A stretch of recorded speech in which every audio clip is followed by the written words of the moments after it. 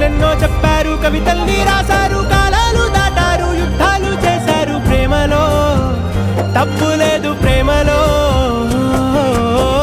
వేల వేల వెన్నెలంత మీద వాలి వెలుగునంత మోయమంటే నేను ఎంత రే.